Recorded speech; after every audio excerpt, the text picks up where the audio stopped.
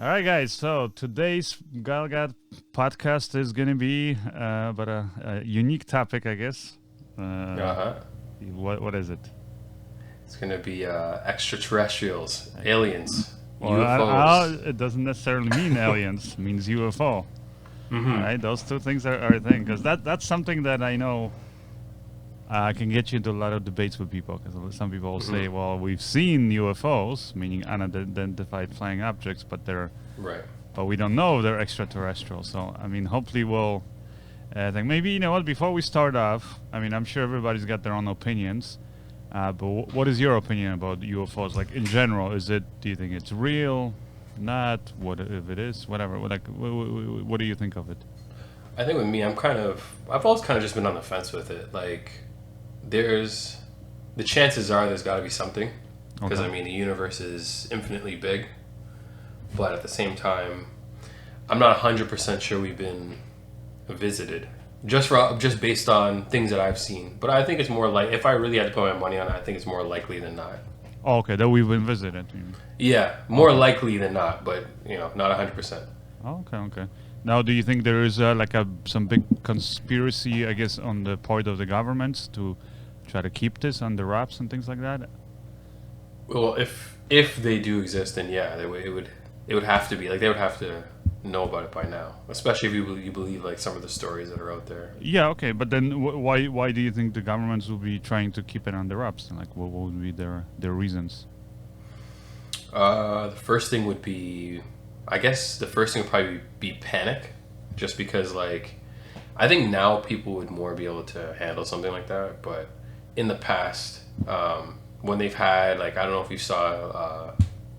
There's a lot of old videos of people thinking that they saw aliens or whatever and just like freaking out or not aliens, sorry, like UFOs and freaking out. And I think back in the day it was a little bit more something that people couldn't handle. But now I think people would be a little bit more receptive to it. It seems like even when they start talking about like the government talking about it and declassifying documents, people didn't even really seem to care. It didn't even really stay in the news for too long. Yeah, exactly. Whereas, or because I would find that back in the day, it was either complete ridicule. People would be like, "Oh, aliens," or UFOs, right? Mm-hmm. Or if they did believe it, it was like the biggest deal ever. Whereas now, yeah, it almost seems like, I guess it's sort of slowly been seeped into our psyche, and people just accept it as a reality, like you said, like the probabilities of it happening and all that stuff. It's just people have kind of accepted it, right, over the years, right? Definitely Exactly. more, I would say, the generation, the current like younger generation than, for example, if you were to look at our like our parents or our grandparents, right? Mm-hmm. They think now. I do think that back in the day, probably because of maybe more religious, like people being more religious in general, Mm-hmm. and those outlooks, I guess they were maybe not as accepting because it kind of. Although I don't know personally, do you think like can you be a really religious person, like let's say a Catholic, Christian, whatever, Muslim, and still believe in extraterrestrial, let's say, or other like intelligent life, or because I've heard some people say that it's not compatible, those two views, and like if you believe in one, you can't believe in the other.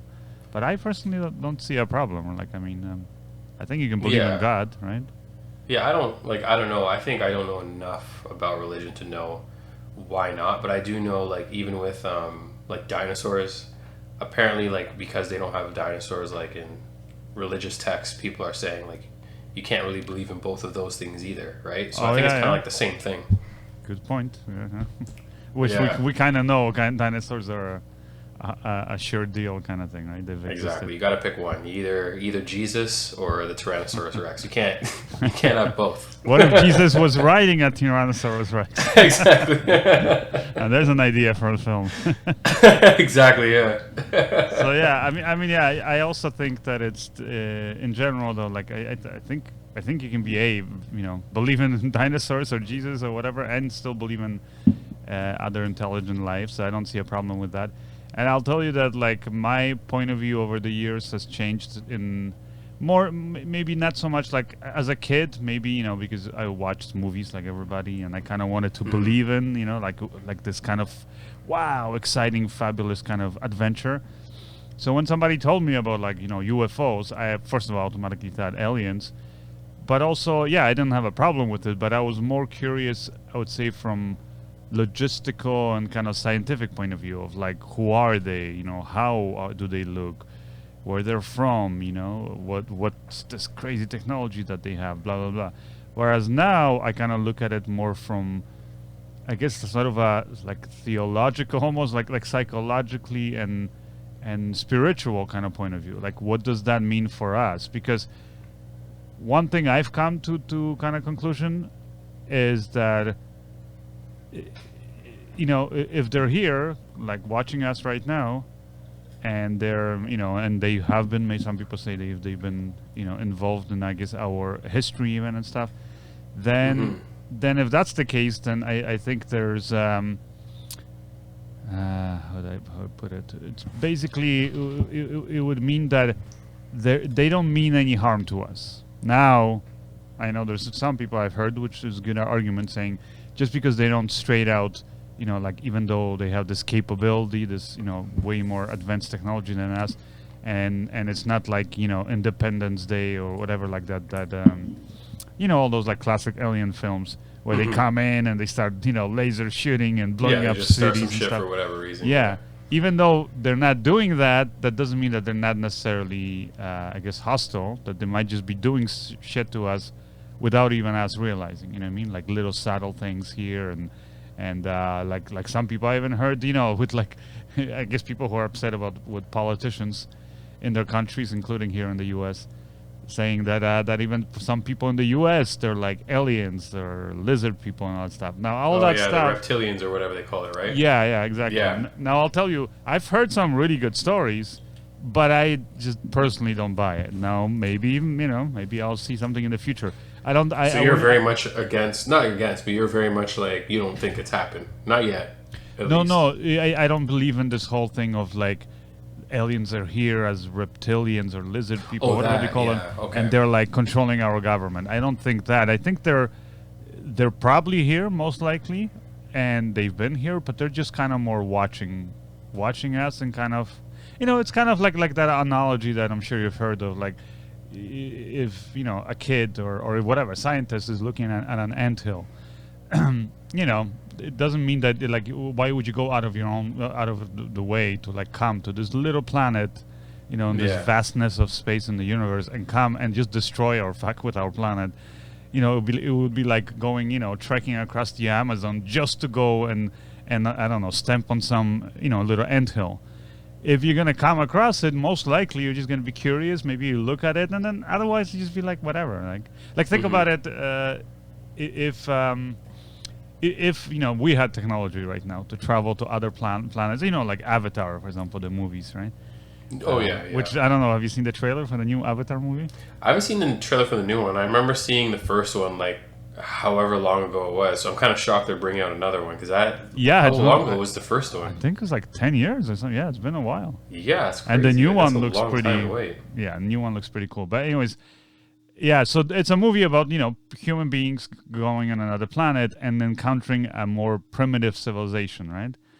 And if you look at that movie, it's kind of like imagine if that was reality right now. We maybe would get involved and cause some, damage, whatever, to our planet if we were just interested in its resources. But most likely, if we already have that technology where we can go that far and all that stuff, like I'm saying, be able to travel not just from planet to planet, but between different solar systems. Like right now, we had, 2 satellites that we send out that took like so many years, like 20 or something years for these satellites to just go just from the outer edge of our own solar system. They haven't even reached anywhere close to another solar system. So our technology right now is very primitive, right?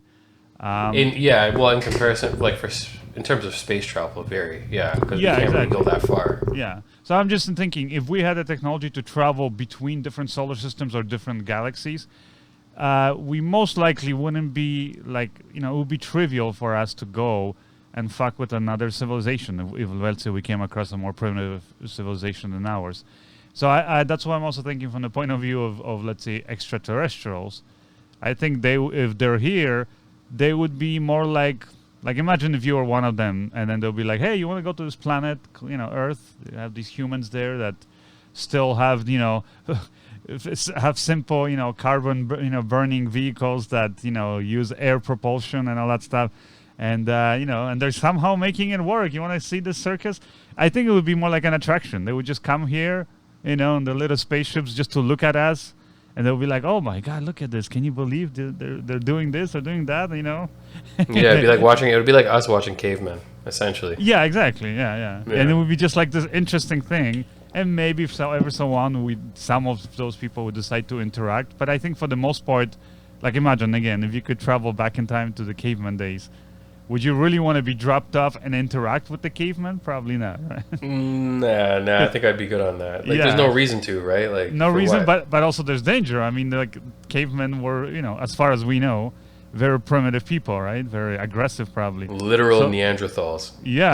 Like, they literally, like imagine if you show up and they're like, ha, whatever, this man bad or whatever, he's... Yeah, then they try to kill you. That sounds like now that would be a good movie. So that's why I'm just thinking that if they're here thing. Now there are some stories that I heard which, well, let's see here. I know you got a few here that you sent, right? And I'm gonna play this one clip here for everybody to see. And just let me bring it up.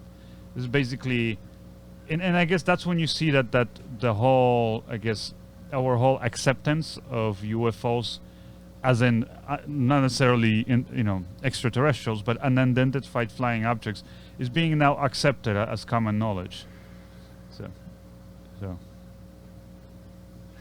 this is a really cool video.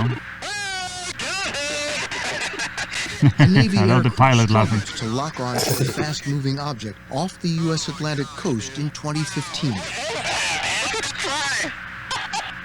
Recently released images may not convince UFO skeptics, but the Pentagon admits it doesn't know what in the world this is.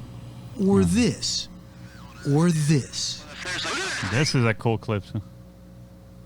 So, like, to me, the fact that the U.S. government is releasing all this stuff is just kind of showing that it's, that people are accepting it, right? People are accepting this as, okay, yeah, it's happening. Now, doesn't necessarily mean it's extraterrestrial, right? It's just there's some shit up there that we really don't know, including the Department of Defense and, like people in aviation. And I'll tell you, for me, I know, like I said, as a kid, I kind of always believed it more because I think I wanted to believe these stories. And it was kind of just more this, science fiction kind of amazing kind of, supernatural stuff. Right. But as I got older, I got less and less interested in that aspect of it, of that science fiction stuff. And then there was actually a kind of almost a turning point for me when, I forgot who it was, but somebody suggested I basically read this book. And it's a book by...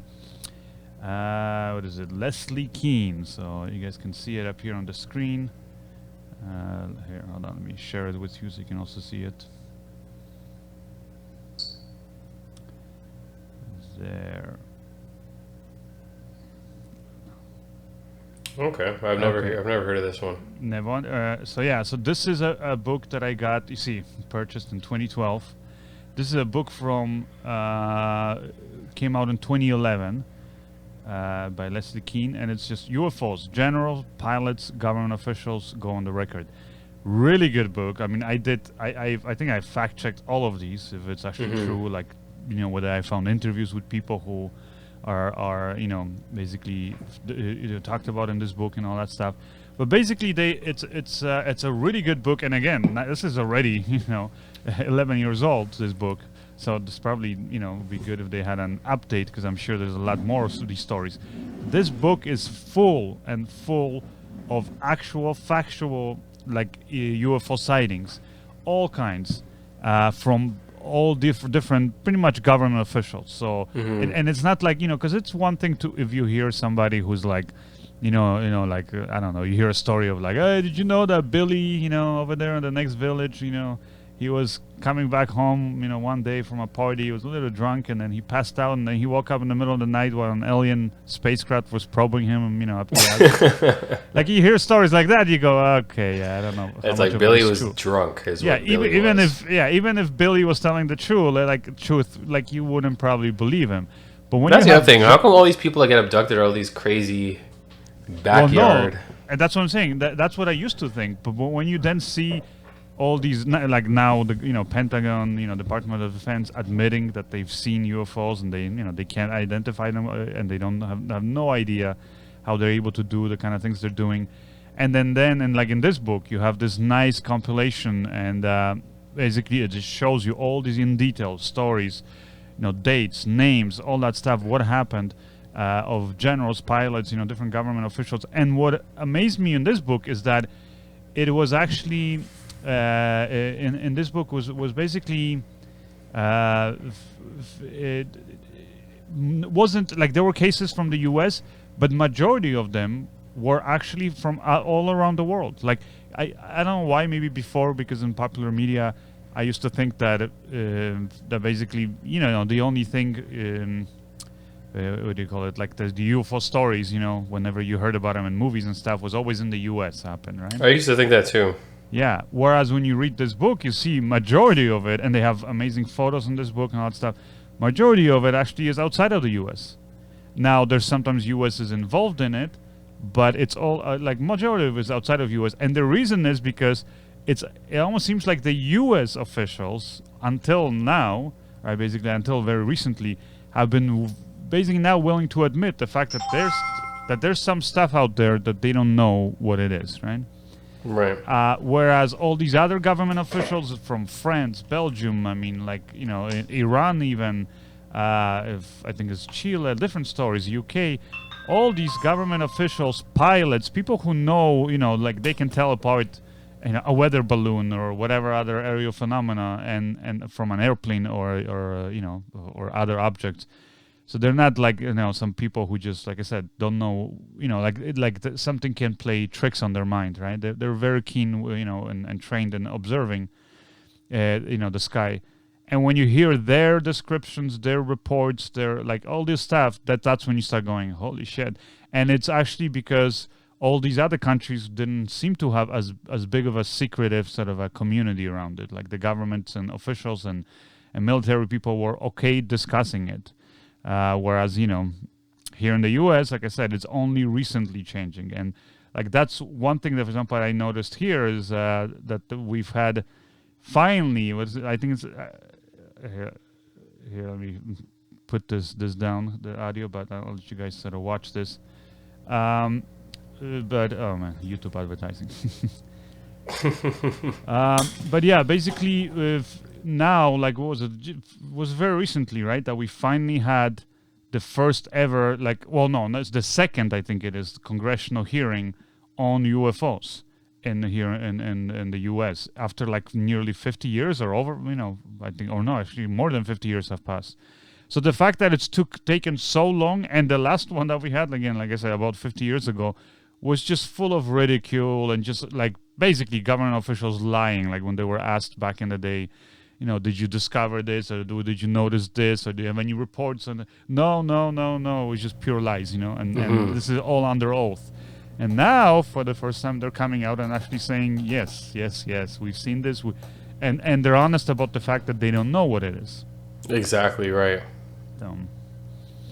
Yeah, I don't know. I mean, that definitely changes the tide of things, right? Yeah. Now they're actually admitting it. Like it's. I think honestly, it's the same thing we were saying before. It's just they really didn't think people, I think, would be able to handle the information that they were seeing. Yeah, I guess. That's the only thing I can think of. Because why else? I mean, why else would they do that, right? There could also be other reasons. I mean, I heard some interesting stories, but let's see. Let's watch this little video here. What is this one? This one you sent me, right? Yeah. Oh, yeah. This was another declassified one. See, the problem with these videos, though, is they're always like so grainy. Well, because this is a It's like sonar, right, or whatever. Like yeah, or but heat. That's the downside. This one might be, yeah, I don't know, the ultraviolet. Usually it says here in the HUD display, but What about the description of the video? Does it say? oh, this is no, but in here it says, when you look at this, like, this is, this is recording from the cockpit, right, of the airplane, of their avionics essentially, or their radar, and they have heat basically view, and they have thing, but I forgot LTD what it means /R. So this is what it describes, if I'm not mistaken. But anyways, yeah, it's showing these objects, and again, if you're not, like me with my, I'm not a Navy pilot or anything like that. I have a basic, recreational pilot's license, but seeing this stuff, or like even this video. Dude, this is on, bro.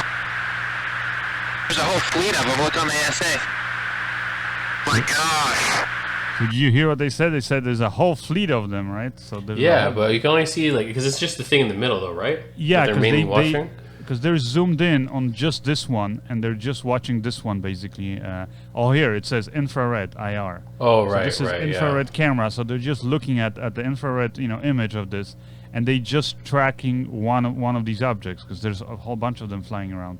And there's some. By the way, guys, I'm gonna post links to all these videos here that we're watching today, so you guys can watch these whole videos or some of these stories that are online that I think are very interesting for yourself. They're all going against the wind. The wind's 120 knots to the west. The whole thing, dude.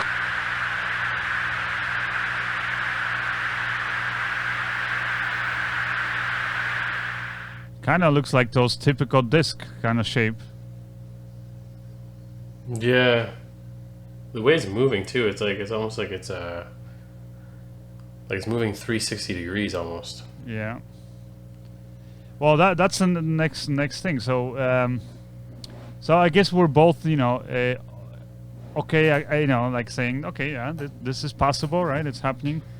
How do you think it operates? Because there's let's see here. Let me see what else you've kind of posted here. Let's see this one. Is that the same one? Oh, okay. We've seen this one before. Yeah, no, I think So this that one's this one I think might be different. No, it's these two. These are the ones that the Pentagon released. These 3 videos. Oh, right. Yeah, I think you're right. So let me go here. Phoenix lights. Oh yeah, that's an interesting story. There's a lot of government officials that I know were in. So okay, so you're familiar with that one? Well, I am familiar. Yeah, with there's so many, and that's another interesting thing when you have these sightings where it's not like one person, because then, like I said, one person can always come up with a bullshit story. But when you have multiple people, that is the interesting thing. Exactly. I think so. And I know this was very interesting. Yeah, there's books about it. But the governor of Arizona saw it, and then he talked about it. And right. And I know it pissed off a lot of people, because when they did the news conference, like the next day about this, he also was like basically came out with this, or somebody from the Arizona state or something, legislature, like they were dressed up as like an alien. They kind of try to turn it into this joke. And I know a lot of people there in Arizona just got pissed off. They said, "No, this is not funny. Like, we all saw this. We're not hallucinating. We're not, what I mean." Yeah, lots of people.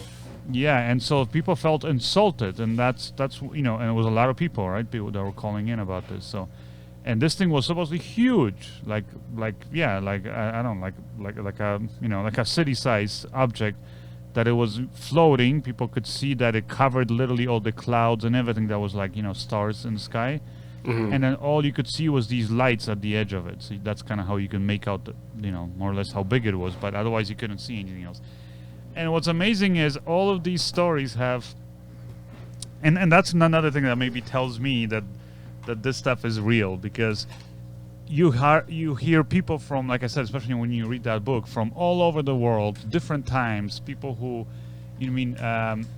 don't know each other, yet they all are usually describing the same thing, and it has nothing to do with what Hollywood shows. Like, Hollywood usually shows like some crazy, almost like Star Wars kind of vehicles, very loud and all that stuff. What this shows here is that it shows that it's basically almost always some kind of a craft that is defies basically laws of physics in the sense that has no control surfaces. Yeah, its movement and everything, like, and also it's just the way it moves. Period. Just like how fast it accelerates. They say as well. Yeah, exactly. And so it has no control surfaces. It has no what do you call it? No noise that it emits. All of them are perfectly silent. It has no propulsion systems. So right now we are basically propelling ourselves. Our propulsion system is through the movement of air, aerodynamics. So we're either pushing air or we're pulling air in, through jet engines or propellers, all that stuff. And then we have control surfaces that deflect that air, and that's how you can, navigate the craft. Mm-hmm. And then another thing is the fact that a lot of these UFOs are basically moving at incredible speeds. But what's even more amazing is that they can, not that like they're going really fast in one line. They can go and suddenly turn 90 degrees, for example, in the other direction, which at the speeds that they were going at, like there was one sighting that it was in Chicago, I think it was, in the 90s, like literally above the O'Hare airport, and it just the disc ascended up through the clouds up into the sky within a matter of like a split second. And it literally went up to like over 60,000 feet in the air.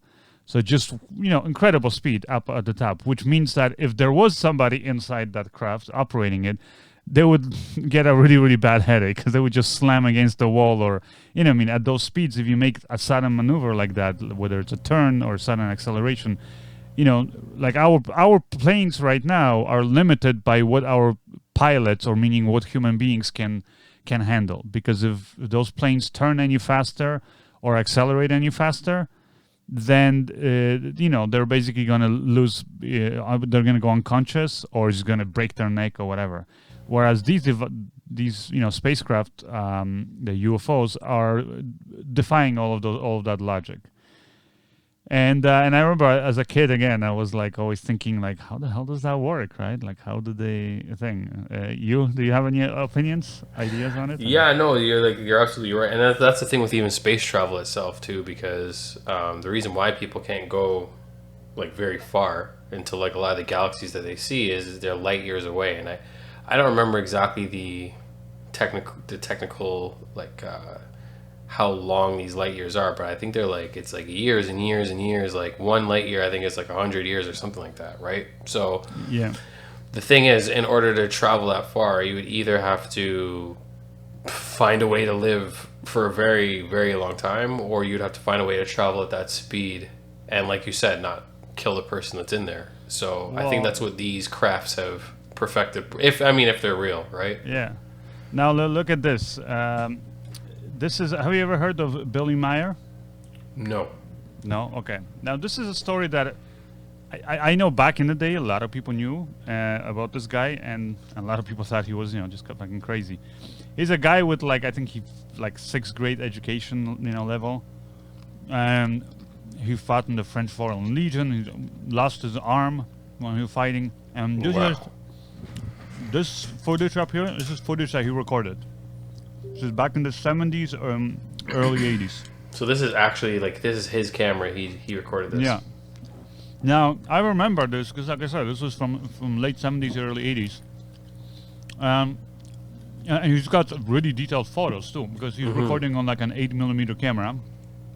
So you see there, the spacecraft just disappears. Right. So this is him here, I'm assuming. Yeah, no, that's not the guy, actually. Oh, okay, that's what the interviewer, I guess? I think so, yeah. Okay. And anyways, the interesting thing about this guy is, I remember when I first heard about it, again, years ago, I thought he was completely just like a wacko, right? Just looking for publicity and stuff. Mm-hmm. And especially when I heard that he had I forgot how many books he released, but he released all these books about this. I thought, oh, he's just selling books to make, to get rich. Then I find out he's not selling the books. He's just giving it away. So I actually got copies of his books, and and started reading it. And what I was amazed about is that the books sometimes talk about the technology, but what they really talk about is, again, the more like the spiritual aspect. And that's him over there. He's sitting, is he, with that beard? Right. Yeah, he lost the left Oh, arm. no, I'm assuming that's the camera he recorded it on since he's showing it off. Yeah. So he's showing the photos. And, of course, when I saw the video footage that he recorded, I thought right away... sorry, I'm eating peanuts and I'm choking on them. I thought to myself, no, it just looks fake. Like he literally looks like a little model he put on a string. A little bit, yeah. In that video, at least, yeah, a little bit. And it's bobbing around, right? And I thought, well, that just looks cheap. I mean, real UFO would just be like the stories, right, that I heard. Which is, or like what we're, I guess, used to, what we're used to seeing, like in Hollywood films, right? They move with precision and all that stuff. Well, what's interesting is he always said, he was early on, this is not something, again, like he, got affected or inspired by some Hollywood film, because, again, he went against all those, I guess, persona, all those, what do you call it? What do you say it when you somebody creates like when Hollywood creates like a certain image or expectations? Yeah, so he basically went against all these expectations of what people expected to see based on Hollywood films, and a lot of it was. And that's maybe the reason why I didn't believe in the story first. But I gotta tell you, the older I get, the more I believe in them. Simply because, well, first of all, a lot of the stuff that he's talked about, and even the footage that he's shown and all that stuff, it actually seems to line up with what other people have said. Some other very, very also smart people. That I also, back in the day, maybe I didn't necessarily believe him. Like, I know you mentioned to me before we were recording about Bob Lazar, right? Yeah.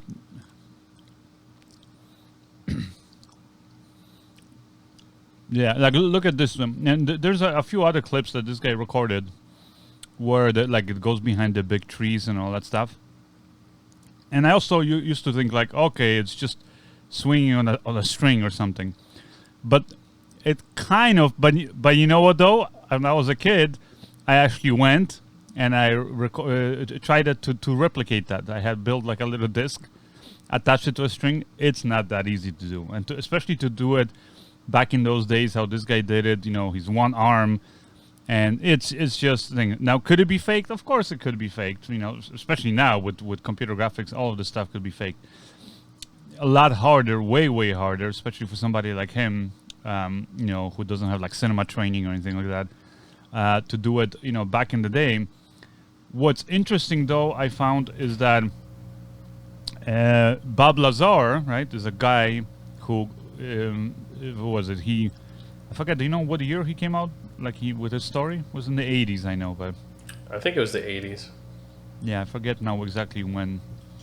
But he basically, he came out with the story and basically told people that he got hired to work in, what's now known as Area 51, the dry lake bed in outside of Las Vegas, right, in Nevada. So, yeah, here's the thing. They call it the Groom Lake, something like that. So now you can actually see it on funny enough, on Google Maps. If you go on the satellite imagery, you can actually see it exactly how he said it was back in the 80s. Mm-hmm. So when Bob Lazar came out and described it, he described that there were these 3 hangars in the side of the mountain that were painted to look like the mountain, and that's where they kept the discs. And then it's you can actually see it. If you go to Google Maps, you'll actually see those hangars and all that stuff. Mm-hmm. And there was a lot of other stories that he came up with, and basically, he talked about the spacecraft he worked on. He talked about, basically all this crazy stuff, which again, I'm going to link to all these things So you guys can check out the full story if you haven't heard, but I'm guessing most people have heard this story already. And recently he's been a few times already on the Joe Rogan podcast, and there he really gives, again, like more detailed accounts of the story. He hasn't changed the story for so many years now, over 30 years. He hasn't sold anything. He's not making money from it. Not only that, but actually created a lot of problems for him because he is actual inventor, scientist. He's done some pretty crazy inventions and stuff. And like so, that car. Yeah, exactly. like that. Was it jet-powered car or something like that? Yeah, that I remember on Rogan's podcast. He talked about. I think that's how they actually found him. What do you mean? They saw like the government. Like I think that's how they heard about him, was him putting that rocket in his car, the rocket-powered engine in his car. Yeah. I mean, without a doubt, the guy is smart. And also, you know what I find interesting is, for example, he talked about things like element 115, that's what was powering supposedly the spacecraft. And of course, when he said that in the 80s, people thought he was crazy. There is no such thing on the periodic, chart, right, on the table. So there was no such thing that basic scientists were like, well, that doesn't exist, a particle, right? And that, or an element. And he said, no, that element 115 is something that he said he doesn't know whether it naturally occurs in nature, maybe on another planet, or if it's something. Yeah, this is the car, I guess, that he built, right, or one of the cars. I think that was the hydrogen one. No, he's not a dumbass. He definitely knows. What's that sound you got over there? What's going on over there? You get a disco? I keep on hearing like do. No, it's this stupid camera. Just trying to figure it out how to. Oh, is it turning off? Yeah, it keeps messing up. Oh man. Okay. Technical difficulties, people. Yeah. Well, so anyways, what's interesting, like I said, is that Bob Lazar talked about that element 115 back in the 80s, and again, people ridiculed him. Said that such a thing doesn't exist. Well, fast forward to, it was like almost 30 years later, almost. Yeah, I think it was like 13-ish, 15. Something like that. Scientists finally created element 115. They're saying, I know it's not as stable as he was claiming it was, but they basically said that if they keep on tinkering, I guess, with the number of electrons that are in it, that they can actually make it more stable. Right. So now, of course, right now they can only create like 2 atoms, and it takes a lot of effort. So definitely not enough, like he was saying, to be able to power a vehicle like that. But again, who knows? Maybe in 100 years we'll be able to create all of that artificially, or we'll find it on another planet or something, right? We're gearing up now to go to to Mars and other planets. So so definitely Bob Lazar, like I said, with Elon Musk, right? Yeah. So, yeah, he said he's trying to do what, I forget the year, but he said actually pretty soon that they're trying to do that. Well, they're working on it already. I remember I went in 2018 or 2019. I was invited. I was like part of the like those influencers, whatever, to NASA, the Kennedy Space Center, and that was pretty cool. I got to talk to the guys from NASA and from SpaceX that are working there. I got to go to where they actually build all the rockets and all that stuff, even like the Apollo missions. But what was cool was, we saw them getting ready for one of the launches to the ISS, the International Space Station, and then 2 days later, I was invited. I wasn't in the control room, but I was basically at NASA, at the Kennedy Space Center, and I have footage from it. And I was actually there with a whole bunch of other like influencers and other like NASA media people. And we were as close as we could get to the rocket while, it was launching. That was an experience, I gotta tell you. If you ever have a chance to go and, like, even if, because my wife, for example, couldn't go with me, she didn't have, because, like, they take it seriously. Like, even just to get there, they had to check my passport, my criminal record, like, all that stuff, because they, it's like, I guess, a matter of national security. So they don't let just anybody go in there. And so my wife, for example, couldn't go. So she was staying in basically with our kids in a hotel room in Titusville, I guess it is, the closest town. And she said she also, because the lunch was at like 3 a.m., she woke up because she saw that light. And she was, like I said, much further than I was. And I was right across the like this one of the islands, right across, basically as close as we could get to the launch. Right. And we actually saw the rocket, like fire off and then go into space. Man, that was an experience. Like the sound, it's rockets. And again, comparing that to what people are saying about the UFO technology that are perfectly silent. Right. Yeah, our rockets are like primitive technology. It's literally this giant explosion and just sends this huge object up into space. Now, it was an amazing experience. Like, we were, like I said, in the middle of the night, and it lit up the whole thing. I mean, the whole environment, like all of the islands nearby and where we were, it just suddenly turned from night to day. So it was a cool experience. But anyways, so like I said,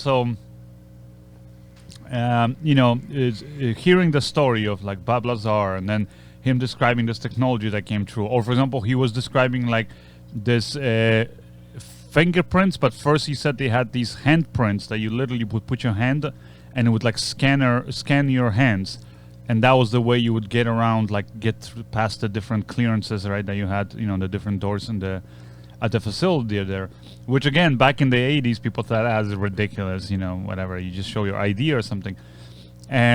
And of course now we know because, well, Pentagon and all the other stuff, they already admitted, and they released photos, and the photos look exactly, even though it was like years after he was talking about it and he described it and he drew pictures of it. And years later, they released those photos and they showed it as old technology, and then that's when the government upgraded to fingerprint technology, right? Scanners. So like he knew this stuff. The guy's clearly not a quack. He's not doing this for money. And what's interesting is he described in detail actually how these spacecraft basically work. And the way he kind of describes it is the way he describes it is that they have these 3 anti-gravity basically generators on the bottom of the craft, so basically on the bottom portion of the craft here. And they're kind of, they're hidden, you can't obviously see them, they're hidden in the thing, but when you go inside the craft, you can kind of look down and you can see them, and this is him kind of drawing them. And you can see here he's got these 3 kind of beam generators, and those things are like on a gimbal, each one of them. So they can be pointed in any way. It's kind of like as if you had a camera tripod. So you need 3 to be stable, and they're anti-gravity, basically like propulsion. So if they're pointed in different directions, they can kind of balance themselves. And then when they want to move in a certain direction, they just all point to one point in space. So they all rotate, and when they point to one point in space, they create, essentially they create negative gravity, meaning it feels like the craft is falling into that hole. But of course it could be going up or left or right, down, doesn't matter, but that's how it's moving. So essentially it doesn't need propulsion like we have, where we need to emit some kind of air or push through air. This basically doesn't rely on air at all. It essentially creates like a hole in the space, in the space itself. And that creates, makes the craft fall into that hole. And the bigger, obviously, negative, gravity that they create, the faster it falls into that hole. And that's also the reason why it can be going super fast in one direction and suddenly turn 90 degrees and go in the other direction. Because if it turns and suddenly it's falling in the other hole, well, then the person inside the craft would never feel the difference. To them, if anything, it would just feel to them like they're kind of falling down a little bit. But that's all. Doesn't matter where it's pointing. Basically inertia would have no effect. And it was very interesting technology he was describing. Like, honestly, like he basically said like what they figured out was how to control gravity. Exactly. Which is amazing. Which, if you think about it, if you can do that, then suddenly all those other stories that Billy Meier, the guy from Switzerland, who was talking about this stuff back in the 70s and 80s, he basically described in his books, and I've read not all of his books, but I read the books, which are essentially they're not the most exciting books because they're kind of, again, he's not a writer, but the ideas that are in those books are pretty incredible. And also I read, because he wrote it in German, and I obviously read a pretty bad translation of it. But these are very long books, and they're essentially like a manuscript of conversation he has with this girl that's she claims to be Pleiadian, or he claims that it's a Pleiadian, so meaning an extraterrestrial from the Pleiadian star or whatever, or the solar system. And he describes it, and I remember when I was reading those books, it's just kind of like, as a matter of fact, like so and so, whatever, March 5th, for example, 1978, whatever, 2 p.m. I get a calling. I go out onto the field in front of the house. Boom, the disc lands, and she comes out. I forgot her name now. And he describes like everything, like normal. And then, we sit down. We're sitting for 40 minutes. We're talking. She asked me this. I said that. Like literally, it's like a transcript. And what's interesting too is he even asks in those books, like while they're having conversations, he says like, why should I? Because she says you're gonna have to write all of this down, right? And just write it and let people see. And he goes, but why? What's the point of me thing? And she goes, don't think about it. Just it needs to be done. And then when I was like thinking about it, I'm like, well, if it is true, again, I there's no way of knowing. I mean, you either trust the guy or you don't trust him. But let's say it is true. Then I'll tell you that, first of all the stuff that Bob Lazar was saying, again, a completely different person, a very scientific person, right? Right. It checks out because they actually even describe like how their discs work. And for example, because he for example says like, why is it that sometimes the spacecraft just kind of looks like it's bobbing around like that? And they're saying that basically when they're just using the anti-gravity propulsion, they're basically creating the negative field of the gravity, basically that Earth is creating. But the gravity, of course, is never perfectly the same, and if we go like basically along the surface of the Earth, because it depends on the thickness of the crust. Like if you're higher up in the mountains, might be slightly less gravity, or if there's different materials in the Earth, that all affects basically the gravity, right? The gravitational pull.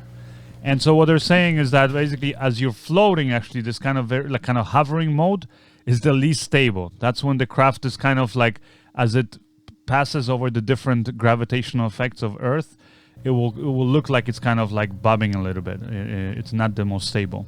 So either when they're really high up away from Earth, and then they become a lot more stable, or when they're moving really fast and they're very stable, or when they completely land. Otherwise, when they're kind of like hovering in that mode, the aircraft thing. So again, checks out, because Bob Lazar, who claims he saw these craft up close, he was back engineering them, all that stuff.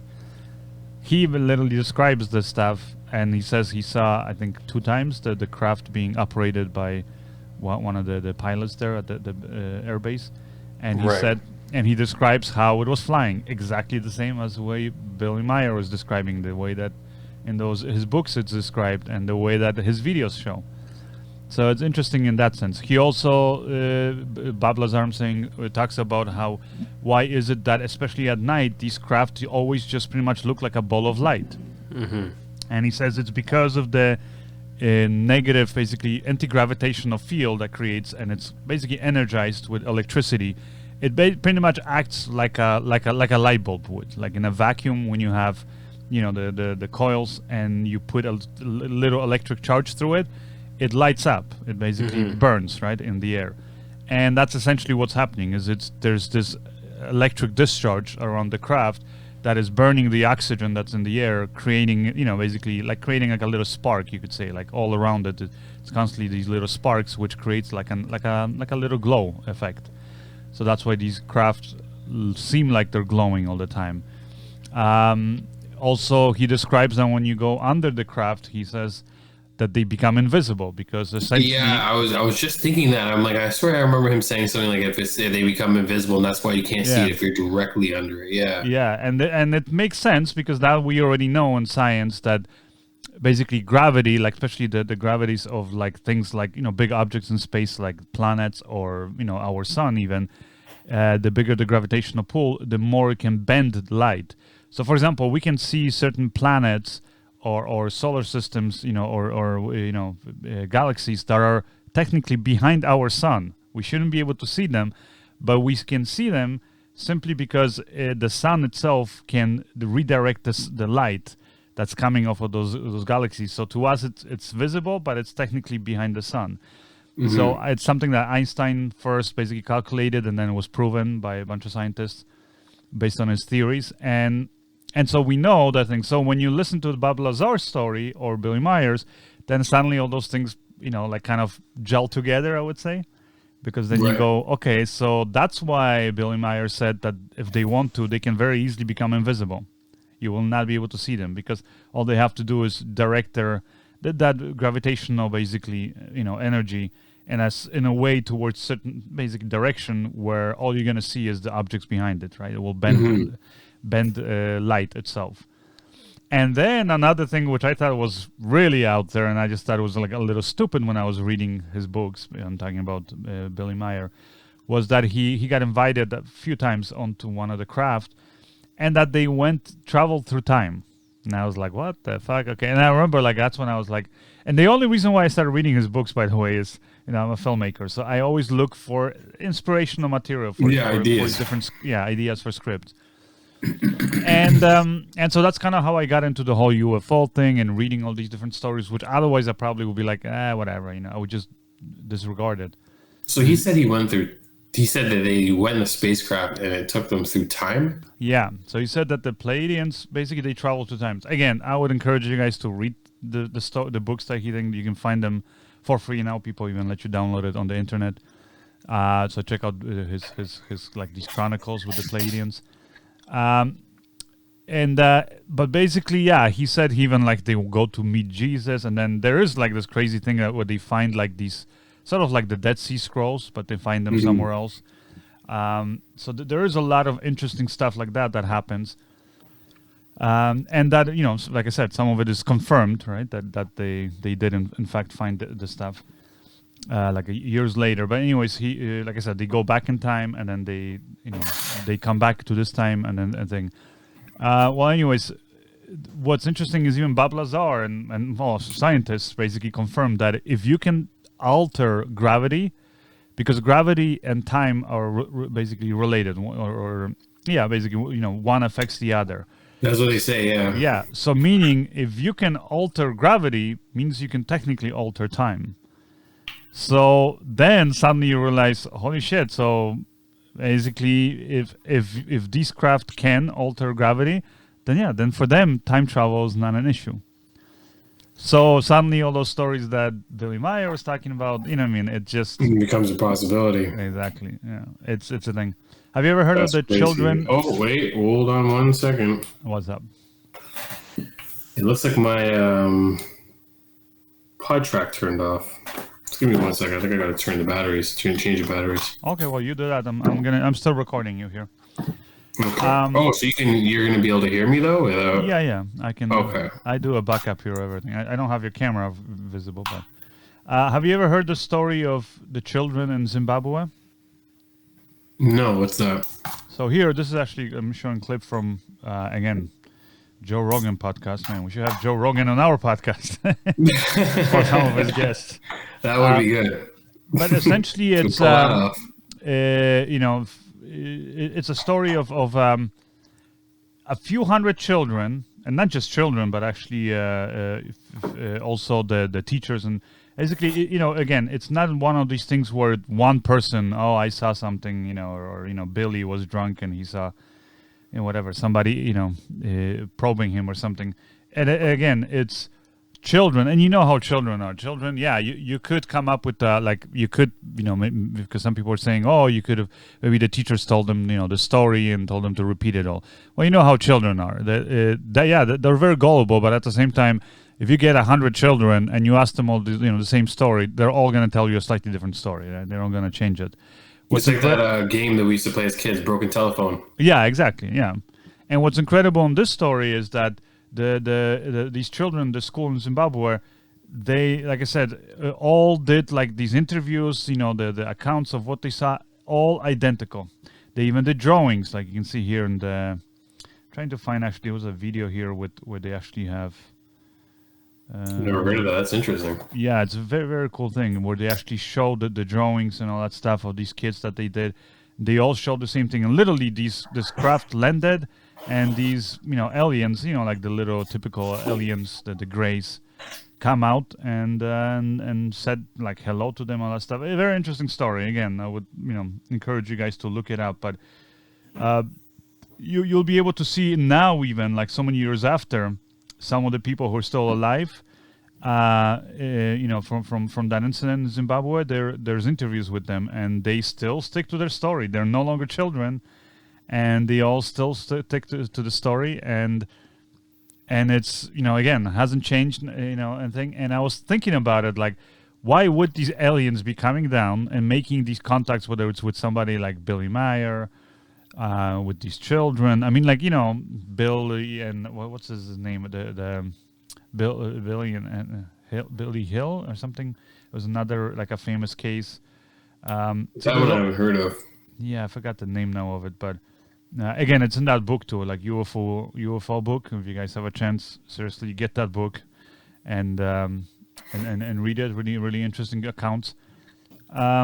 So when you're hearing that, I kind of just think, like, at the end of the day, to me, it would make sense if these beings care about, I guess, maybe our evolution, or about us, actually maybe being able to coexist with us, maybe us being okay with them also existing, because if these aliens look at our media, they would basically think, yeah, we don't want to make contact with these people or show ourselves, because every fucking movie that shows us, we're like, these monsters, yeah, and then we just end up shooting them and destroying them.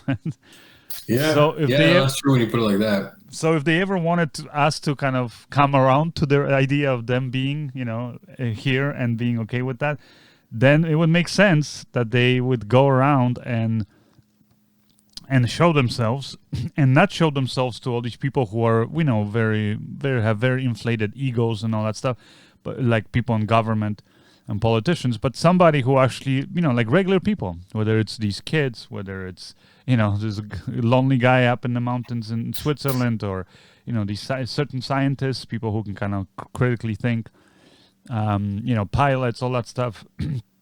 It makes sense, I think, that's the reason why they're making, I would say, I guess, contact with those kind of people, right? Exactly, yeah.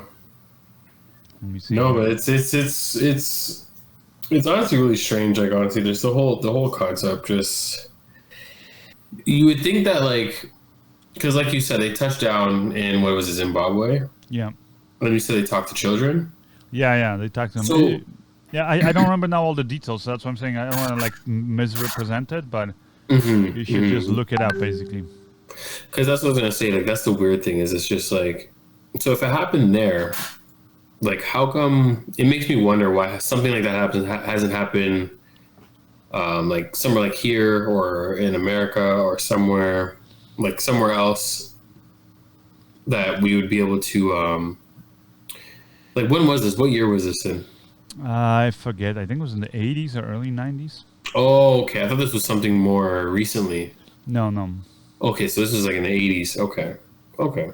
I see here you put how the CIA tried to quell UFO panic during the Cold War. Oh, that, yeah. That was that picture taken by, there was a farmer took that picture, and then I'm trying to remember what happened with that one now. Yeah, I know it was a farmer that took the picture.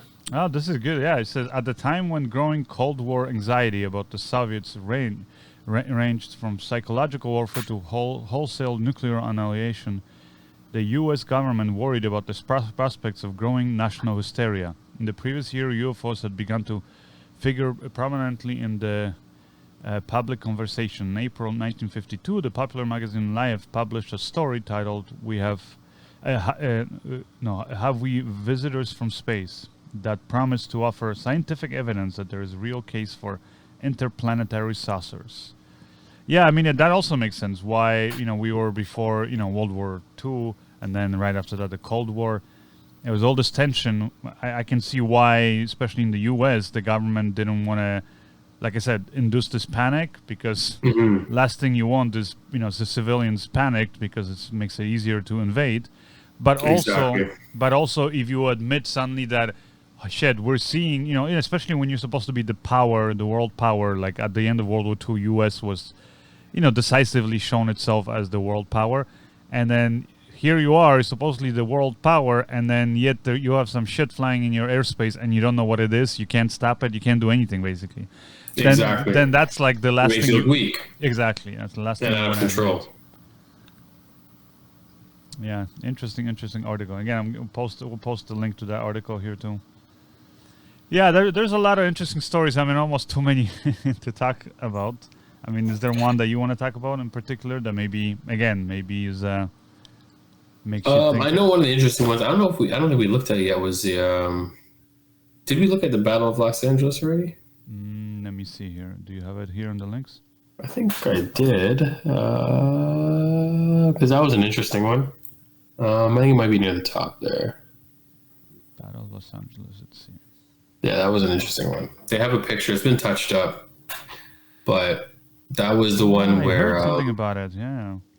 that was the one where they saw. I think there was like if I'm remembering correct, like you said, I don't know, like butcher the story, but like it was something to do with there was a massive power outage or something like that, and then the military saw something in the sky, and they ended up shooting like a whole bunch of ammo, like just, you know, expending all their ammo.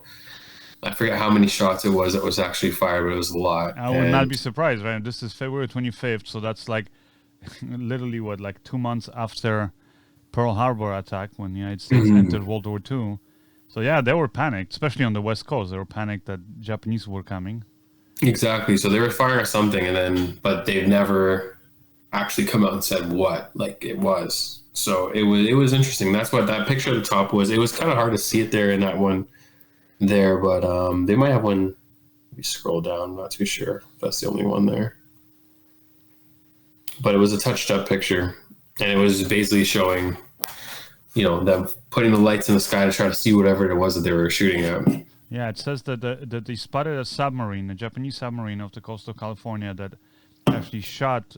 That was the only case where I guess anybody's ever shot on mainland United States, and it was off the coast of Santa Barbara, California, and they shot at some oil field refineries, and then after that, they basically, after that paranoia, you know, grew all that stuff. They saw something at 2 a.m. on February 25th. Military radar picked up what appeared to be enemy contact, some 120 miles west of Los Angeles. And then just after 3 a.m., when the shooting started, following reports of an unidentified object in the skies, and troops in Santa Monica unleashed a barrage of anti-aircraft and 50 caliber machine gun fire. Damn, that's a pretty cool story. Yeah. Is there any footage from this? Oh, So there it is. There's the picture. So you can see, like, it's been touched up a bit, but like, so you can see all their lights pointing towards something that you can't really make out what it is, and that's where they were firing at. But I don't think there's any. See it right there, 1,400 rounds. Yeah. And again, if you're like an extraterrestrial, let's say you are visiting this planet, and this is the kind of welcome you get, yeah, you definitely wouldn't want to just come out and be like, hey, we're here. They're probably saying like, look at these idiots. Like, I mean, if they spend that much ammo and it doesn't do anything to us, yeah. But yeah, it would just make us look like aggressive monkeys, I guess. Yeah, like aggressive. Yeah, exactly. Pretty much, because it's just like they're shooting. They're clearly not hitting anything, and they're still shooting. They're just continuing to shoot for whatever reason.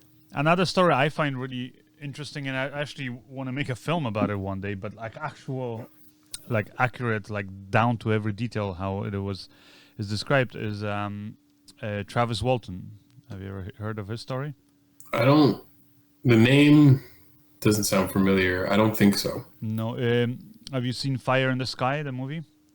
Oh yeah, that's a movie from the 90s, right? Yeah, early 90s. Yeah. So this is Travis Walton here, but yeah, that was about like an abduction in the forest, right? Exactly. Yeah, and that movie though is complete bullshit, and almost like ruined for me, like basically it's this typical, you know, Hollywood thing, like. And I'm almost like I think I even heard Travis in one interview kind of basically saying that he kind of pretty much wished that he he never cooperated with them. He never told them, because he basically told them they were looking, oh yeah, we're gonna make a movie, about your case, what happened to you. And he was like, okay, and so he tells them all these details, and then they fucking go and they just do their own version. So basically, they make these aliens look like these scary monsters, nothing like what he described. They make it look like they're like literally abduct him, and then they're like trying to torture him, putting needles in him. Nothing like that. When you listen, and I've seen interviews with this guy over and over, and of course he is one of those stories where you could say, oh, just some guy alone in the woods. But then when you start looking at the actual details, you realize, well, no. First of all, he wasn't alone. There was 7 or 8 of them, because they were like a logging party, right? They were cutting down trees in the forest for company. And on their way back at night, they again saw a glow in the sky, because like I said, what Bob Lazar was saying, how the vehicles operate, or Billy Meier, they tend to glow at night when they're with the electromagnetic discharge. And so they saw it as they were driving. They thought it looked kind of like the part of the forest might have been on fire. Hence why the movie, I guess, wasn't called, Fire in the Sky. And then they went to, what's it called? Yeah, to pull over, to kind of see this thing. And they literally pull up next to this disc that's up in the, like, floating 20 feet, whatever, off the ground.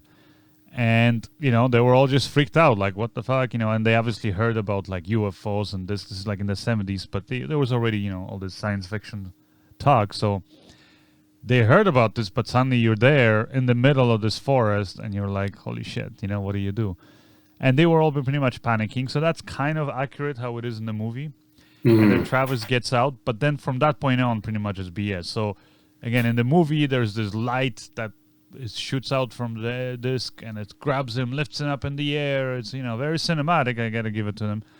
And then he gets dumped to the ground, and then the guys rush, whatever, just speed away in the car. The guys that were in the car, and then and then afterwards they come back. He's gone. The spacecraft is gone, and then they go back to the town, and they basically call the sheriff. They tell him, and everybody knows each other in the town, so.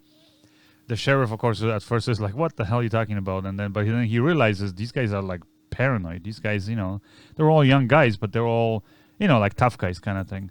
And so he's like, holy shit, like these guys, I don't think they're bullshitting. They really saw something. Now, is it true? I don't know. Maybe they were imagining. But anyways, he, starts writing down their story, all that stuff. Then he notifies somebody, and then through somehow the FBI gets involved. They come to this little town. They do this whole report, they think. And then basically they start then thinking, because then like a few days pass by, and they're all thinking, well, these guys maybe just came up with this alien story, but in reality they actually killed this, this guy Travis. Maybe there was some, they were disagreement, guys, whatever, right? They were arguing, and they killed him. And they just buried his body, and now they came up with this excuse, and we can't think. So they did a search rescue. For a few days, they're searching for this guy with dogs, helicopter, everything. Like, FBI is involved. They can't find a thing. They literally, where his tracks end, the smell where the dogs lead to, is exactly the spot where they say this disc was floating, and that's where they saw him get, basically knocked down. And then they sped off. And that's where it ends. There's no trail. There's nothing else, after that. And they keep on looking, scouring, and nothing. And after, I forget now how many days it is, but I think it's like 7, 8 days. He literally, in the middle of the night, shows up. He calls his family. He tells them, like, hey, I'm in this telephone booth and this and that. And they're like, what the fuck? They all thought he's dead. And yeah, the FBI is like, also, what the hell? So then the FBI is thinking, maybe this guy's in on it. Maybe they came up with the story and he was hiding so they can, make the national news and, sell some, to make money, right? Right. And of course, they don't sell any books. They don't release anything. Like the other guys just completely disappeared after that. They were all just like, I don't want to have anything to do with the story, because people were ridiculing them and all that stuff. Travis also was panicked, but after a few years, he started talking about it. So this is one of the interviews here. And again, I'll provide the link so you guys can listen to it for yourself. It's a really incredible story. But what's interesting is that, first of all, unlike in the movie that they showed, it basically, he said, and all the other guys say that it literally almost looked like what he even thinks now happened is that basically when he was getting closer to the spacecraft, and then he ends up going right underneath it. He wanted to like touch it. He said it was like very close, and he could feel this electric discharge kind of glowing around the aircraft. And suddenly, it almost seems like static electricity, you know, like when it goes discharges, except it's a lot bigger voltage, and it just went right through him, just grounded like through itself through him, and that's what knocked him down. So because even the other guys described it not like it is in a movie that it's a light, they describe it like a lightning almost went and just hit him and then knocks him down. And then they just that freaked the hell out of them. So they disappeared. And of course, when they came back, he was gone. Well, he describes when he wakes up, he's in this little room, and it's got very, very like, you know, very interesting how he describes even how he looks the room and how it's all so perfectly clean, and the ceilings and the floors kind of seem to blend together. There's no hard edges anywhere. The light, there's like, it almost seems like the whole ceiling is glowing. It's like this little the ceiling itself, which basically now we can do using LED technology. But back in the day when he was describing this, there was no such thing. Like we just we had very simple. This is early 90s. Well, 70s. You said? Yeah, 70s. So it was, we just had these simple light bulbs back in the day, and that was it. So the way he described it, that almost seems like the whole ceiling was kind of glowing, and I think that's actually the part where he's describing it there, and he basically was like I said, he said he wakes up and he remembers like he was going in and out of consciousness. He was horrible pain all over his body and chest. And then he realizes he has this object, like a cylinder, kind of transparent object on his chest. And then suddenly he feels like somebody's coming in, and he looks down, and he kind of sees like to the side, basically through this little opening, this door, these little aliens come in. And he describes, he says, you know, like the typical grays, like they're kind of shorter than him, no hair, very skinny, big eyes, tiny little mouth and thing, and they don't say anything, they don't make any expressions, nothing. And he said these big black eyes, he just got really freaked out. Right. So he just got up and he grabbed that object that was on his chest and he started swinging that thing. And he said he knocked one of them down, and it was almost like if you pushed a little child. Like they're very weak, these beings. And he's yelling at them, and they're all just kind of, you know, that one like bump fell and then fell into another one of those beings. There was like 4 or 5 of them. And then they kind of just look at him and kind of like, pretty much like he said he thinks like they probably looked at him like, okay, this guy's a little mental. Let's back away. Because he was just like, yelling. What the fuck is wrong with this guy? And he said he was yelling because he said he just, you know, this is not something he believed in, like aliens or anything. So he didn't know what the fuck was happening, but he said, first of all, he felt like shit. He was really, really hurting. And then, he describes this whole story, and it's a very, very interesting story. And then literally afterwards, he meets this humanoid-looking alien, but also he doesn't say anything. He's like blonde hair, really tall guy, really like physically well-built. But that guy like comes in, takes him by his hand, and he said, like, I don't know, he said he didn't remember whether he was very weak or just that guy was so strong, but he literally couldn't resist him. This guy just grabbed his arm or something, his forearm, and just drags him. They take him out, and that's when he realizes he was inside this little disc. They go down into this sort of hangar-looking space where there's a bunch of these discs, and then they take him into another room, and then there's 3 other humanoids, basically like human beings, but they're like dressed in this very tight outfits, and they don't say anything. They just kind of look at him, and he kind of was calmer, but he's still like where am I? This and that. He's asking all these questions, and they're all just kind of looking at him and kind of showing him like, calm down, kind of, you know, relax, kind of thing. And that's it. And then eventually he starts getting more and more frustrated, and they put him on this sort of like a table that's there, and they put this thing over his mouth, and he just passes out, and that's it. And then he just remembers, he wakes up, and what's interesting is he wakes up, and that's where his family and the police, whatever, when they pick him up, he's at the closest, basically, what do you call it, main road from where he got abducted, you could say, or where he disappeared. So it almost looks like those aliens, you know, and I think that's basically what happened, is they basically by accident heard him, because they basically, you know, maybe they were parking their spacecraft, let's say, you know, they were taking a break, and he walks, you know, like imagine if you were like, I don't know, park your car somewhere and some idiot, you know, animal goes under your car, and then you hit the gas and you hit the thing. Yeah, and you And then you basically run them feel over. and then you feel bad, and you're like, holy shit, it's still alive. But so you take it. So that almost looks like that. Like they took him in this casecraft because they're like, holy shit, he's still alive. Maybe like we can help him. And the thing, and he basically didn't even realize when he came to that a few days had passed. So he didn't even know that he was out for, like I said, 7 or 8 days.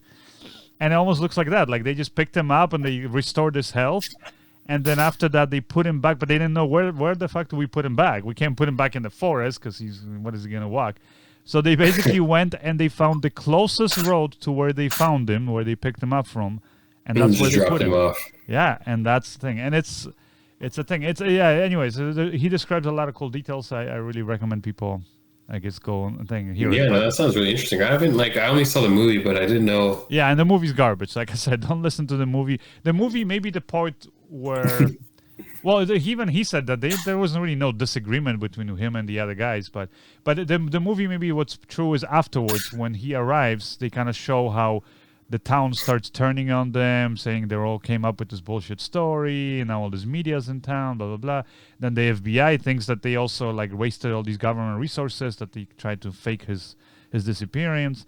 And what they do is, and what's interesting, and that's one thing that made me really, I guess, almost believe the story, is the fact that then the FBI and then some other, I think the police department, they basically tell them, hey, would you all do, a lie detector test? And they all do it. All, 7 or 8 guys that were there.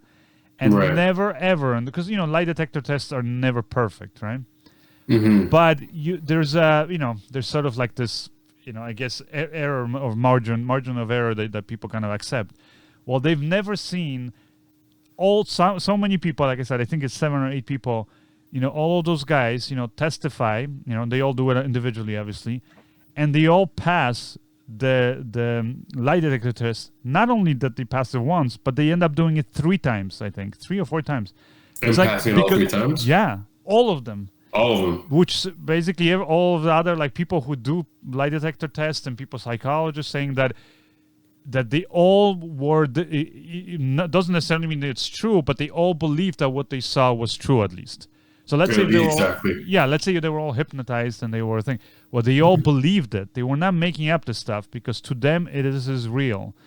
And that's the interesting thing, is that all of these guys, they all different backgrounds, different things, and they all described the exact same event. So and they all passed multiple lie detector tests, which makes you go, okay.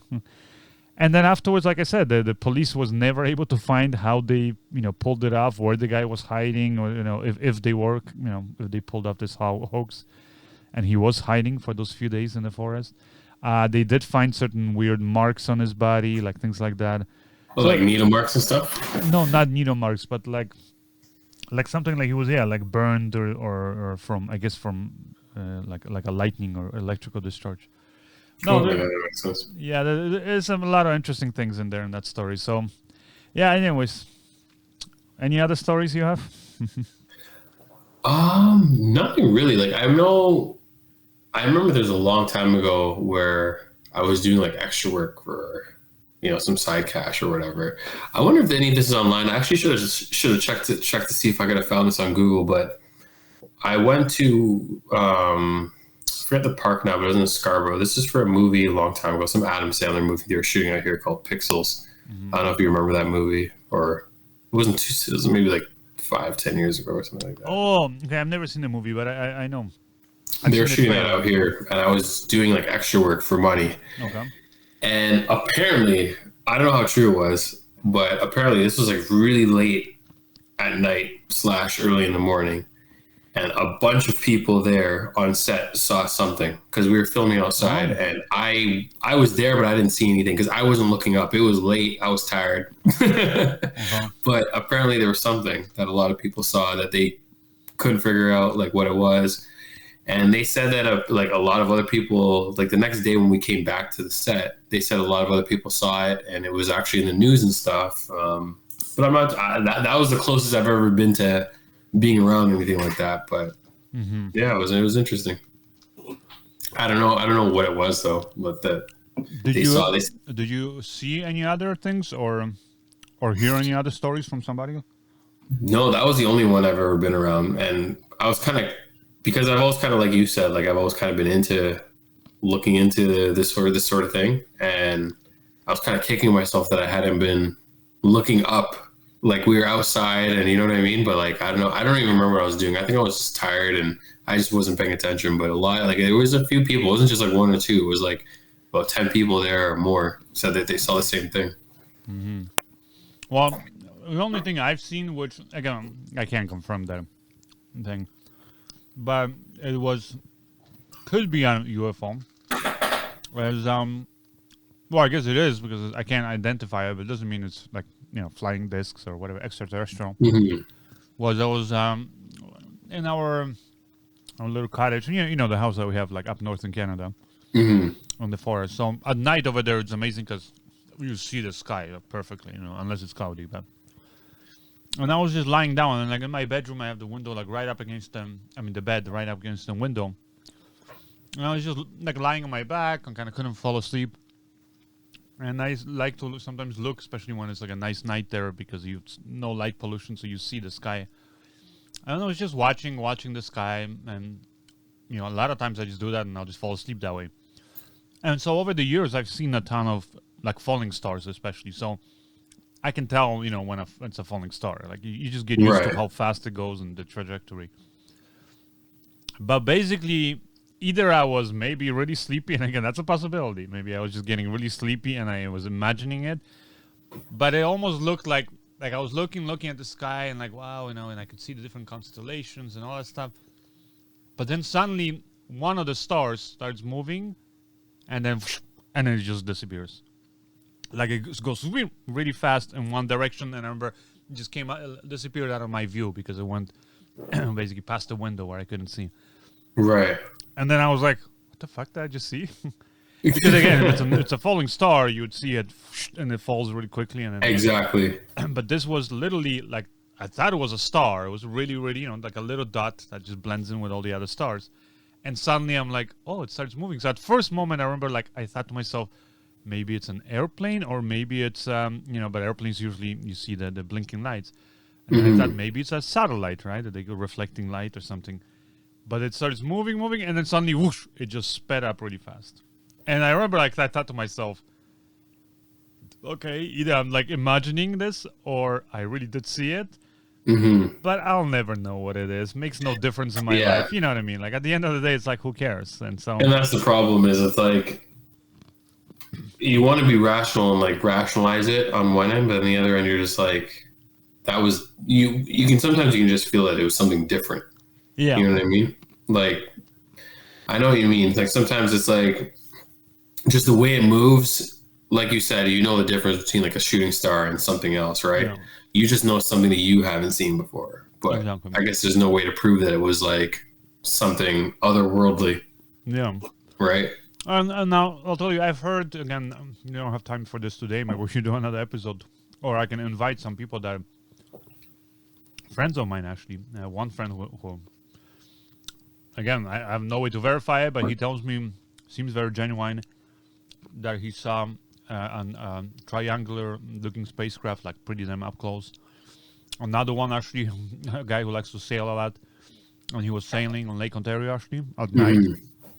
And he saw, and he told me right away, he said, I don't know if it was a disc, because all I saw was pitch black, and all we could see is like the moon reflecting in the water, and that's how they were navigating through Lake Ontario.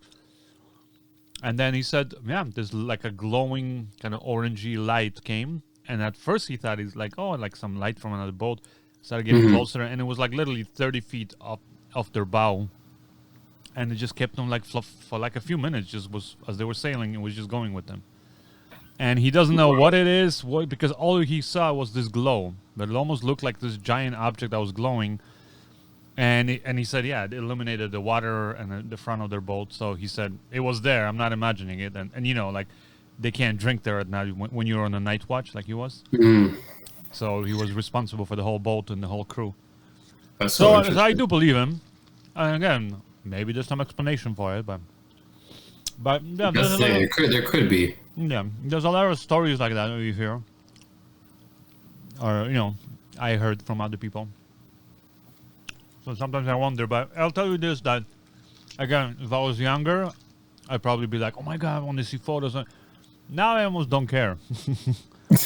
Because, and I think that's why most public now, when all the stuff gets released, they're like I said, we've kind of come to accept that, like you said, yeah, they're probably here, or they exist at least. And Yeah, it's not a surprise anymore. yeah, it doesn't seem like it's such a big deal. And I think, if anything, I catch myself going back to what that guy in Switzerland, Billy Meier, wrote in those conversations, where essentially most of the stuff that they were talking about, if it's true, again, I'm not saying it's true that this guy was corresponding or talking to a woman, being whatever, that from another Pleiades star system, but let's say if it is true, all she kept on stressing was literally about helping humanity or our consciousness kind of evolve. And it's literally stuff that we're seeing right now happening. People trusting less these health experts or government officials or whatever, and starting to think for ourselves. Like, like through them so many years, we either trusted always an authority figure. We had, Right. Like in Europe, for example, for all the Middle Ages and stuff, in the Renaissance, you had this indoctrination, which was, then there was religion, and you had the Spanish Inquisition, all that stuff, like crazy stuff that they were doing. People were not allowed to think for themselves. Then when we started having democracy, people were like, oh, you're allowed to think for yourself, but we're just going to tell you how to think. And people do. People trust a lot of these authority figures. And now I see, and that's literally what all those stories, when you read all those stories from Billy Meier, you realize that all they really care about these beings is that they look at us like we have this amazing potential of being human beings, yet we just waste it away. All we do is we just follow these simple things that people tell us, do this, go study, get a job, get married, have a house, get a house, buy a car, and then that's it. Your life will be fulfilled.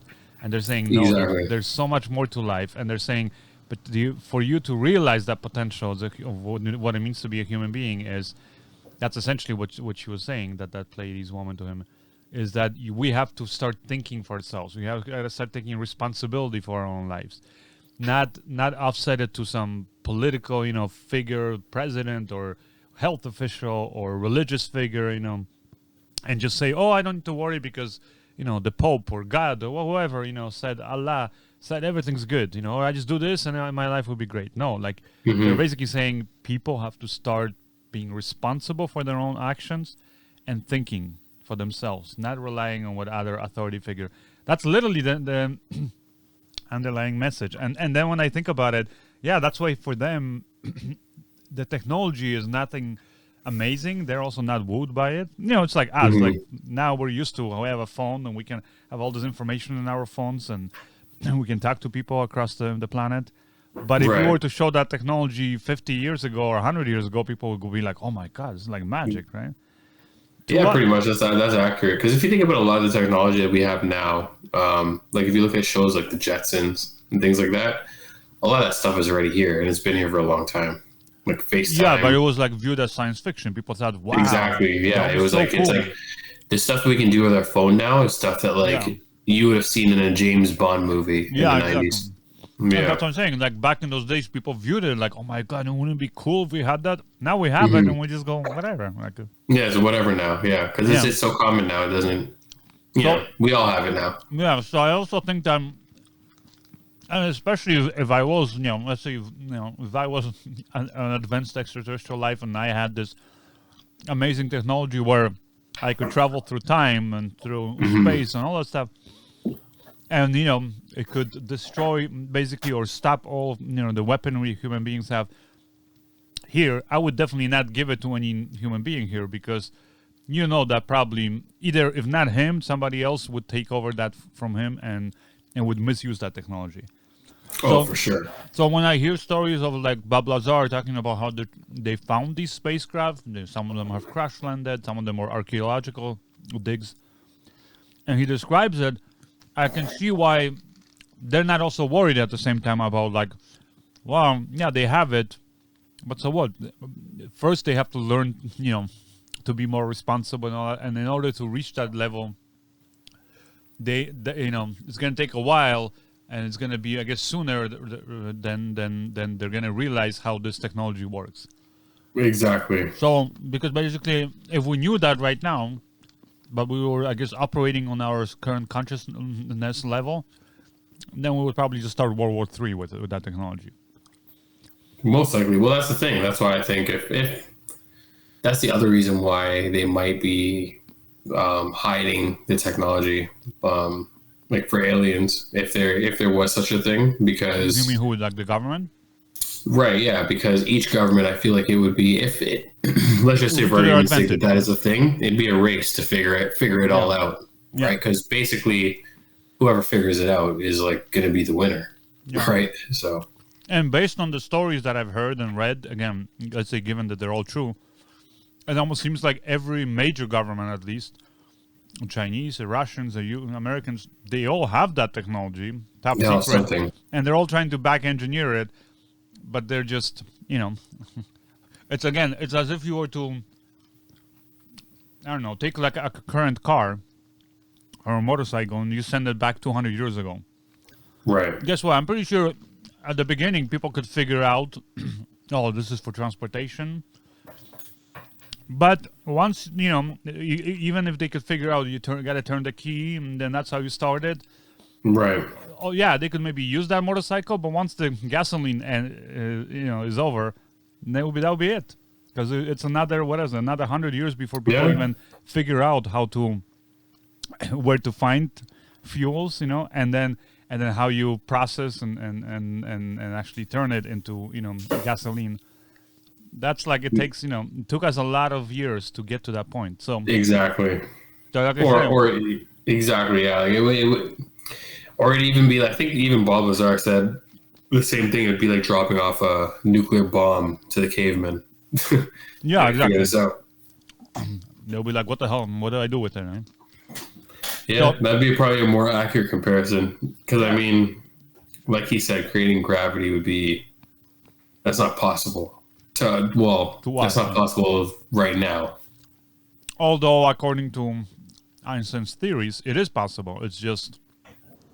we can't do it. Yeah, we just can't. That's not possible for us. Yeah, so it's very interesting. Like I said before, though, I feel like it's more likely than not that there's something that has been here, but just not. It's siphoning through all the bullshit. Like, 'cause some people, like you said, purposely, make these fake videos. Oh yeah. So it's I mean, on YouTube out which ones are real and which ones are not. Essentially, I mean, on YouTube there's so many fake videos. And because anybody has access to that, right? Yeah, so but they get the views, right? And I guess that's why they're doing it. So that's why if you can see somebody selling books or selling whatever, right? Then okay, they're doing this for money, right? Mm-hmm. And it makes it harder to be for it. Doesn't mean maybe there is some credible stories where people are making money from it, but it makes it less likely. Whereas, like some of the stories we talked about today, I mean, these people are not making money off of it. If anything, it actually makes their life more difficult. Right. Coming out with these stories, and so yeah, a lot of definitely stuff to talk about. Anyways, I'm just waiting for my. That's the thing. Even when it happened and I missed it, I'm just like, damn it, because like for me, I've just always kind of just wanted to see something to confirm, but. So far, nothing. Yeah, me too. Because I'm a skeptic with everything. So it's kind of like I'm always kind of just waiting to see something myself, so I can be like one way or the other. I can answer it. I know, but let's say if tomorrow, I don't know, you're going to work or something, and then right in front of your building, and spaceship lands, and aliens come out and say hi to you, and then they fly away. Would that really have a giant, huge impact on your life? Yeah, I'd have a lot of questions. Okay, you'd have questions. But I'm saying, would your life really change, you think? You would still have to go to work, make money, take care of your kid. In that sense, yeah. But, I mean, if it was confirmed... Because, if you believe in the stories, they say whenever we have, a big technology jump, I think they said fiber optic cables and stuff like that. They say that a lot of these technology jumps come from that. From people from that technology. So it would change your life in terms of what technology we have and what we can do. Well, but no, it wouldn't. Would it change your life if you saw a spacecraft floating in front of you, or even alien saying? Oh, hi? you mean just well? It wouldn't, I guess. right? I guess not really. Not really. Not unless. Because again, Not like, unless- think about someone like Bob Lazar. He was there working the craft, and yeah, they figure out some things like supposedly LED lights technology comes from these back engineer aircraft, but but again, it slowly maybe has an effect on society, but in general makes no difference to him, to his life. Yeah, not really. Yeah, He just couldn't figure shit out. Like, and all these people who were working there, they couldn't figure out majority of how this. I guess it wouldn't really affect you in terms of like your day to day, but it would affect you in terms of, I think, just the knowledge of understanding life a bit better and what is out there. And Well, I mean, it you know almost what I mean? seems you have that knowledge now. You just don't have 100% confirmation. So all the difference, it seems like, in your life would be, okay, now I know for sure that those stories are true, or at least some of them. Exactly. That's something. That is something, because then that tells you. But again, so do you think that would change your as an life? example, what if you're a religious guy and you're super religious, and then that happens? That literally just changes your whole perspective on life, because you can't have that same religious perspective anymore.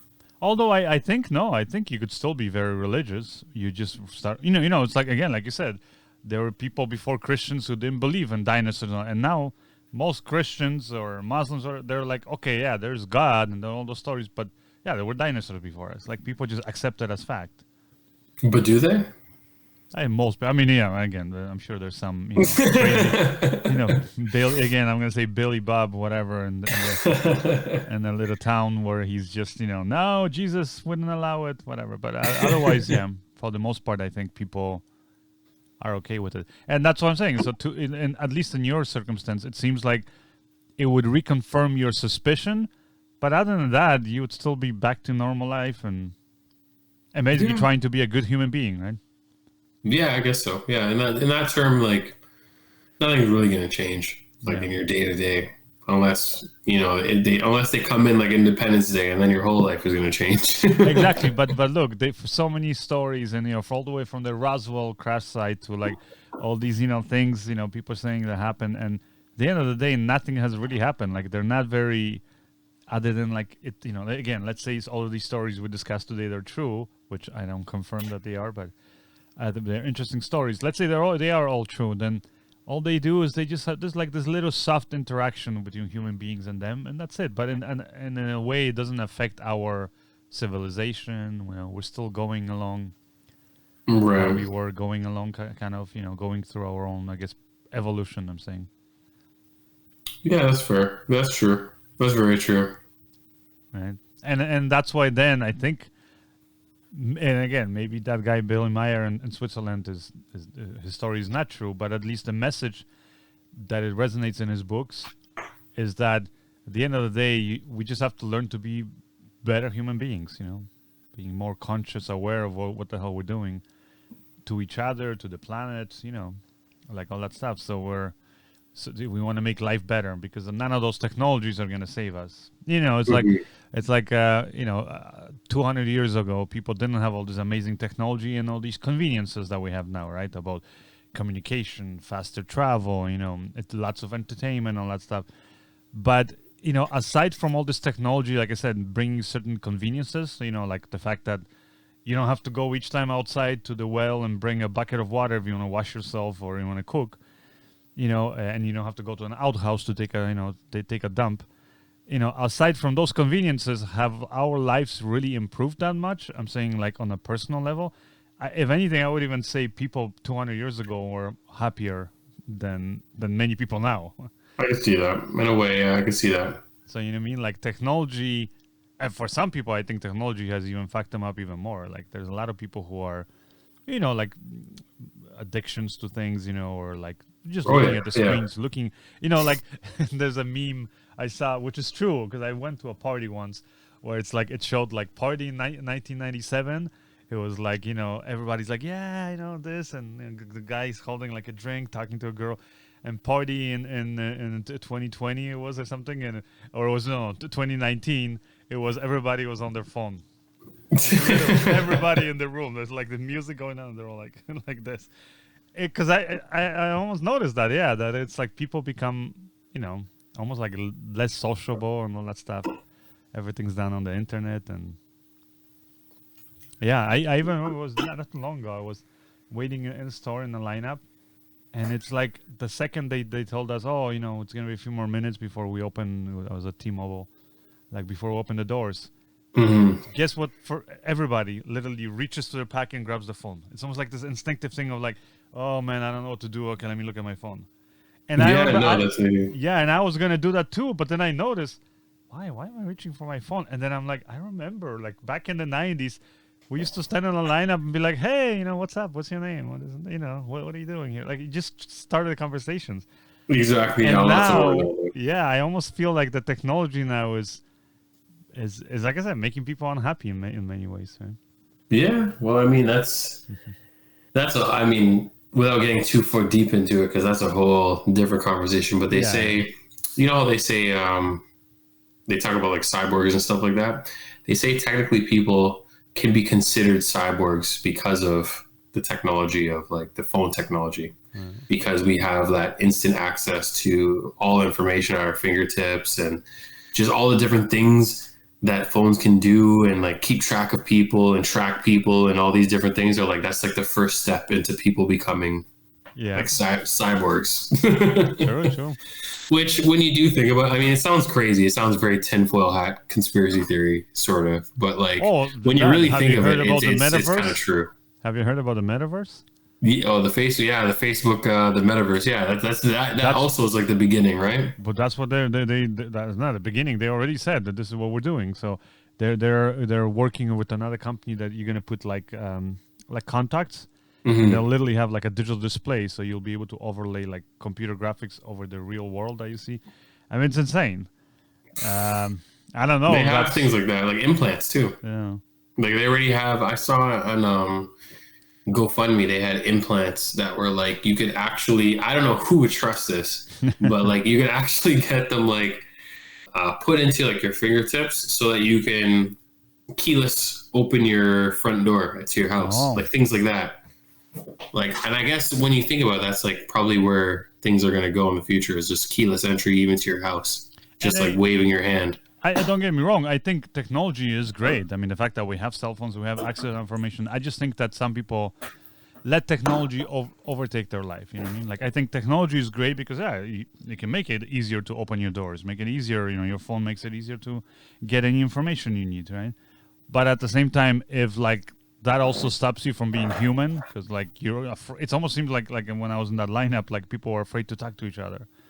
It's like, let's look at the phone. Like it's then I think it's a bad thing. But I feel like people, it's still fairly new technology to us. I think, maybe our kids or our grandchildren, they're just gonna be like, whatever. Like they're gonna be bored with phones or whatever. They're just gonna use. Yeah, they'll figure it out. They'll figure it out because, like you said, it's a good and bad thing. I've always said cell phones are like a double-edged sword because, like, just for an example, like I find these days people now are less punctual because of cell phones, because now when you're, if I tell you, okay, let's meet at the mall for 5 o'clock or 6 o'clock, that like you can like take your time and do whatever, because all you have to do is text me and be like, okay, give me 5 more minutes or I'll be there in 10 minutes. Whereas like I remember when I was growing up, if you were meeting somebody, you had to be there on time because you didn't know what was going on. You would just be at the mall like, okay, should I leave? Should I stay? And like the person you're meeting would also make sure they're on time because they don't want you to leave. And then, it just creates a big mess. So I think people